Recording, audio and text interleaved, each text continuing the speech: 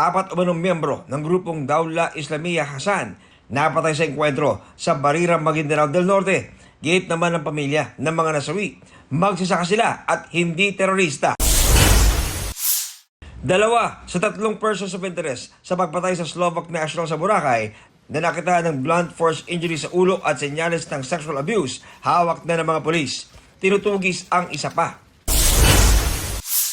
Tatlong Pilipinong binugbog umano sa isang scam hub sa Cambodia, sinundo ng NBI at naiuwi na sa Pilipinas. Ayon sa NBI, nirecruit sila online bilang customer service representative pero ginawa silang scammer hanggang sila ay nakatakas.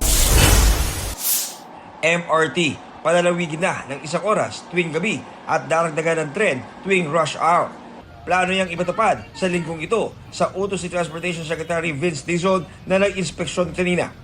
John Consulta, nagbabalita para sa GMA Integrated News.